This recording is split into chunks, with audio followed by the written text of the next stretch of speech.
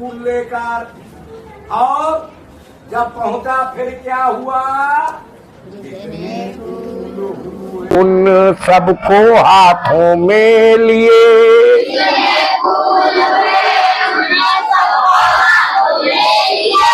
दूसरी मूर्ति के चरणों में रख दिए।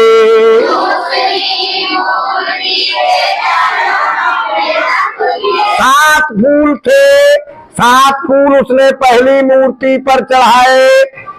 फूल चढ़ते ही उसके हाथों में अपने आप चमत्कार से 8 गुने फूल हो गए। अब जब 8 गुने फूल हो गए, वो ले जाकर उसने दूसरी मूर्ति पर चढ़ा दिए, और दूसरी मूर्ति पर चढ़ाते ही अर्पण फूल करते ही फिर से चमत्कार हुआ।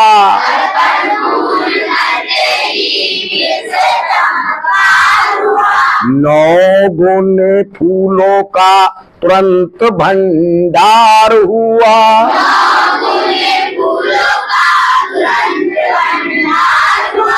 जितने फूल थे दूसरी मूर्ति पर जैसे ही चढ़ाए तो 9 गुने हो गए, जितने थे उनके 9 गुने हो गए। अब आपको ये पता लगाना है कि लास्ट में कितने फूल हो गए। तो इसके 2 तरीके हैं। कितने तरीके हैं? यानी पहली मूर्ति पर 8 टाइम, यानी 8 टाइम्स हुए। 8 गुने का मतलब 8 टाइम्स। 9 गुने का मतलब 9 गुने का 9 टाइम्स।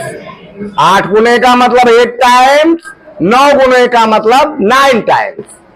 और दूसरी मूर्ति चढ़ाते हुए फूल 9 टाइम्स हो। तो 2 तरीके हैं पता करने का। पहली मूर्ति पर 8 टाइम, दूसरी पर 9 टाइम, और कुल फूल है 7। तो 7 से इन दोनों मूर्तियों पर जितने जितने टाइम फूल हो गए हैं, जितने जितने गुने फूल हो गए हैं, उनकी मल्टीप्लाई करके 7 से कर दी जाए। समझ रहे हैं बात?